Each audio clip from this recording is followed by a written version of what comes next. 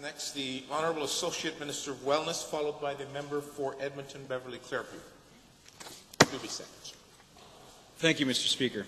I am very pleased to rise today to speak to Bill 201, the Scrap Metal Dealers and Recyclers Identification Act, as introduced by the Honourable Member for Strathcona-Sherwood Park. Mr. Speaker, I found this member to be truly inspirational. This has been a long road to hoe for this member, and he's been a true champion for the cause. Bill 201 does seek to prevent scrap metal theft, which is, with the increasing price of many metals, has become a major issue in many jurisdictions. In addition, it will provide additional resources to our peace officers when investigating such theft. And the bill would do so by requiring that scrap metal dealers and recyclers record the identities of individuals selling scrap metal in addition to other identifying information. That is true. This information would be available to authorities who could use that information for the purpose of investigations. Now, Mr. Speaker, as I mentioned, the honourable members worked very hard to find a solution to the issue of scrap metal for a number of years, and I'm happy to see that such a strong bill has been the result of those efforts. And that's just one of the reasons why I'm supporting the bill here today, as I believe it does have the ability to greatly reduce scrap metal theft, which has become a serious problem. And the main reason for this is, of course, that since about 2003, global metal prices have been rising astronomically in some cases. As an example, from 1996 to 2006, the price of aluminum rose 87%, from just 62 cents a pound to $1.16. And copper prices, and as many are aware, have seen an even bigger increase of 191%, rising from $1.05 per pound to $3.08. And the price of rhodium, a rare metal, has risen from $2.08 per pound in 1996 to $43.59 in 2006. Now, Mr. Speaker, with prices like this, it's small wonder that theft has also risen. And police have identified not only a trend of thefts becoming more frequent, they've also recognized that scrap metal thieves are taking bigger and bigger risks to get that metal. There have been cases in which people have been electrocuted. They've electrocuted themselves, as a matter of fact, trying to get their hands, literally, on valuable metal wiring. So not only is this a major health and safety hazard, but the theft of live wires means that functioning infrastructure has been damaged in the process. And that, of course, multiplies the negative impact of the theft. For example, the theft of fiber optics cables or phone lines could knock out life-saving 911 services in a community.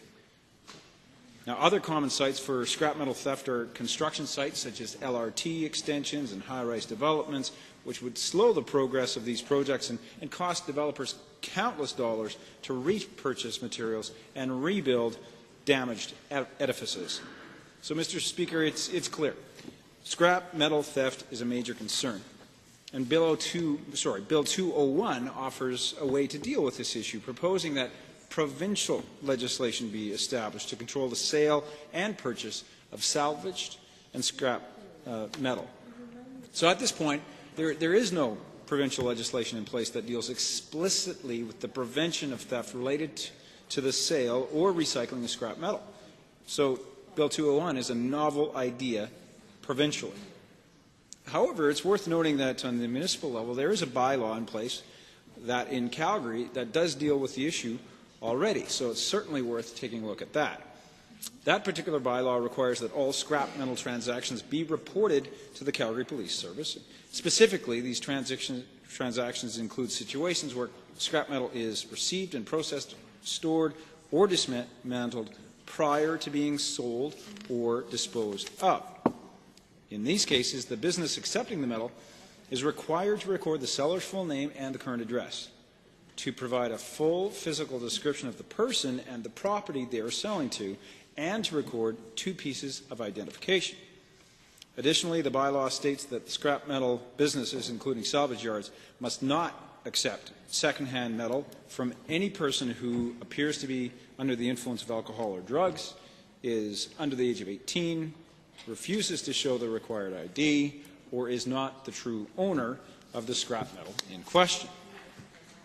So that's the municipal level. If we look across Canada, across the provinces, the trend seems to be that as municipalities recognize that scrap metal theft is becoming an issue, they've started to develop these types of bylaws.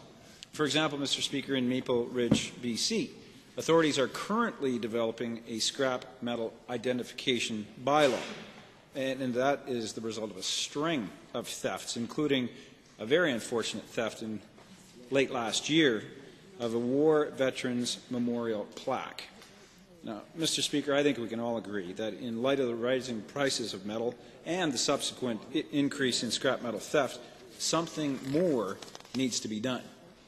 Now, while municipalities have been dealing with this issue for some time, the provincial government is better positioned to deal with such an expansive problem. Our government has a broader jurisdiction and is thus able to set standardized rules across all of Alberta, protecting every community from scrap metal theft.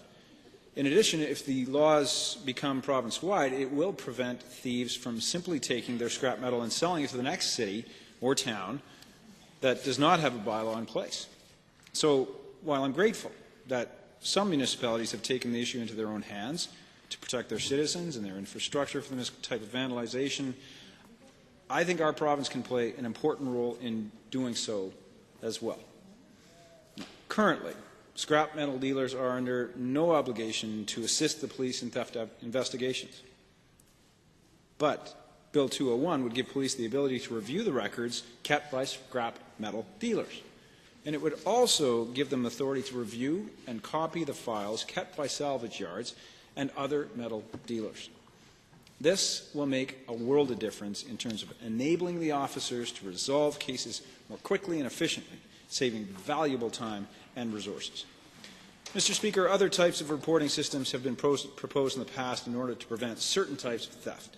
For example, in Calgary a few years ago, a system called the Rapid Regional Automated Property Information Database was proposed to keep track of pawn shop transactions.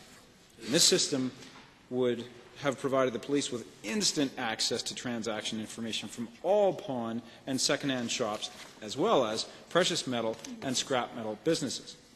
Now, in the end, however, I can tell you, Mr. Speaker, Calgary did not decide to incorporate this technology, in part because it would have been quite onerous and demanding on our already hard-working business owners.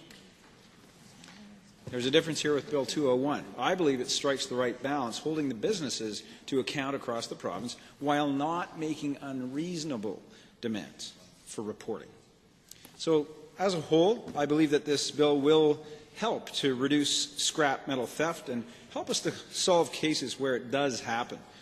All of this, of course, would benefit our communities here in this growing province.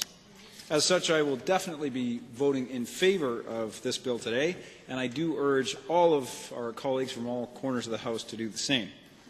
Once again, Mr. Speaker, thank you so much to the honourable member for spearheading Bill 201 and addressing this important issue. Thank you very much, Mr. Speaker.